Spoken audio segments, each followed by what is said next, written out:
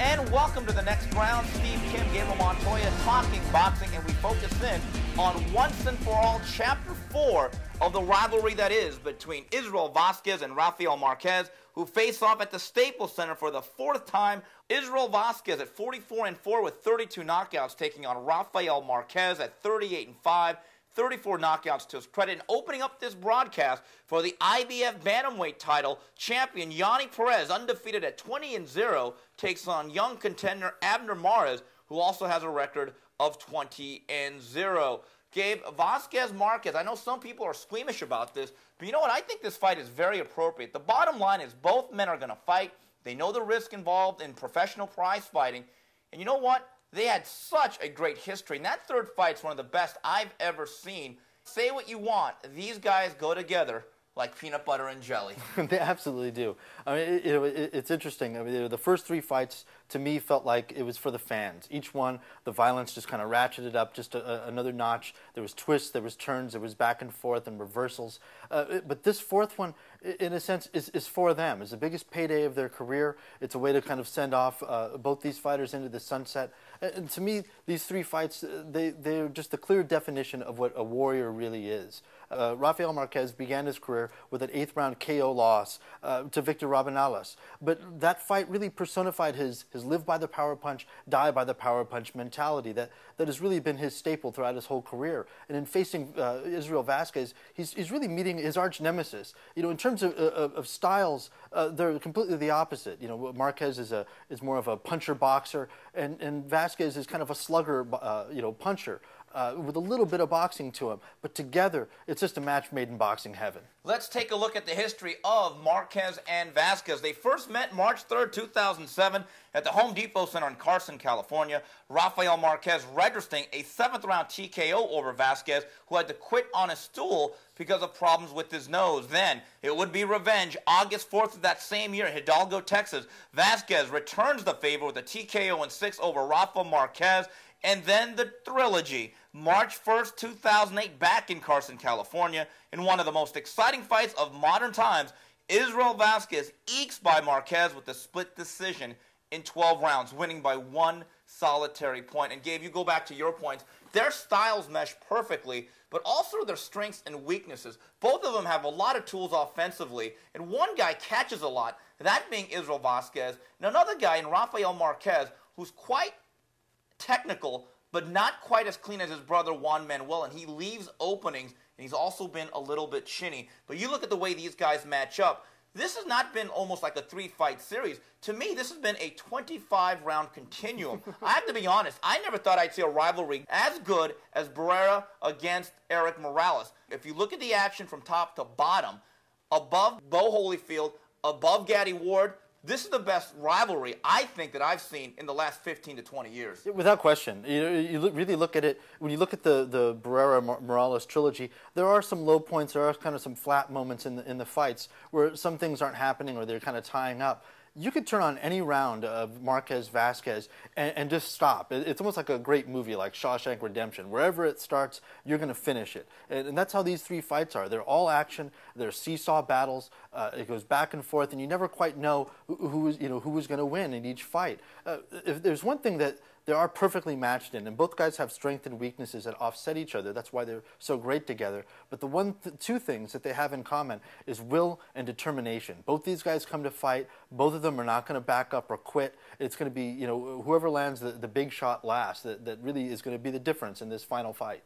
Two defining moments of this rivalry, and I had the honor of being there at the first and third fight, was the fact that Israel Vazquez, after he basically called it a day in that first fight, there were a lot of people that questioned his courage and his mettle, believe it or not. It's amazing how history has changed. And in that second fight at Hidalgo, he walked through fire. He was cut up. He was bleeding. That fight was almost stopped. Yet he, I think, was on a personal mission to restore his reputation as a true warrior in what was a great fight in 2007.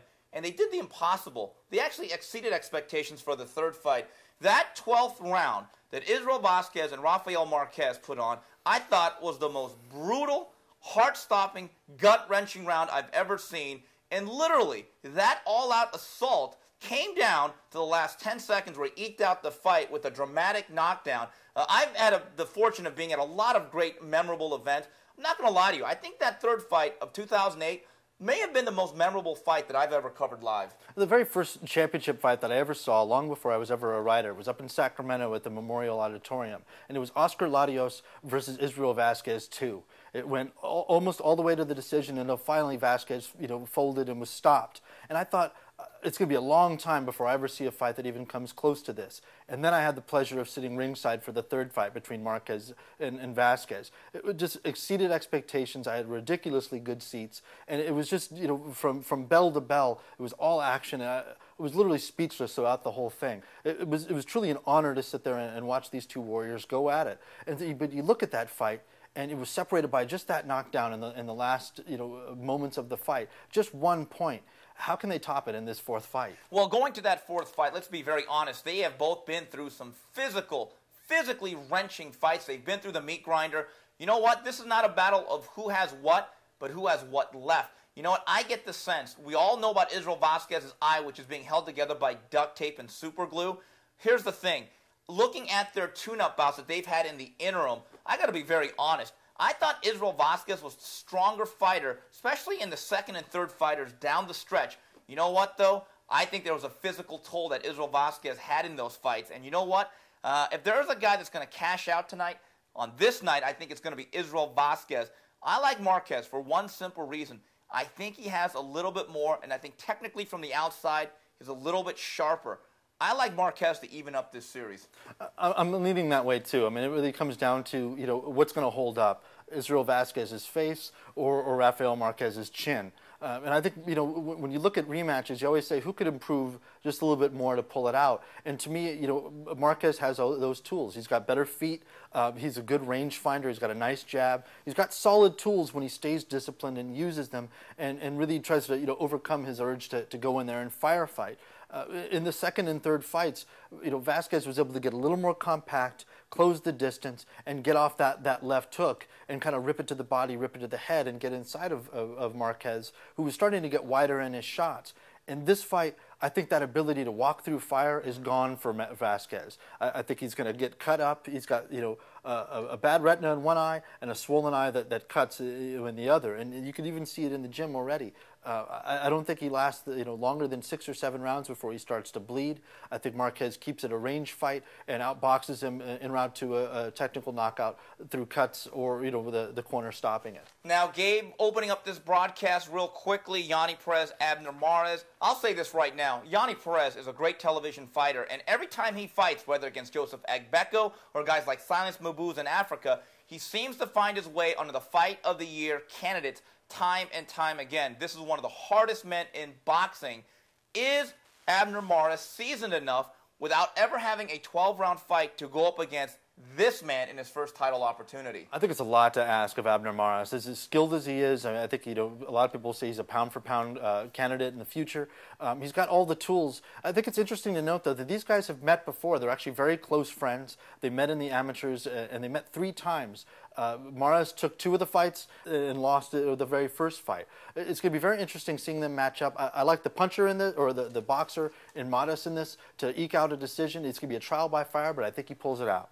So there you have it. If you want round-by-round coverage on Twitter, go to our Twitter page at twitter.com/MaxBoxingLive. And next week, full coverage of Vazquez Marquez 4 on the next round. So on behalf of Gabriel Montoya, this is Steve Kim saying, till the next round, goodbye, everybody.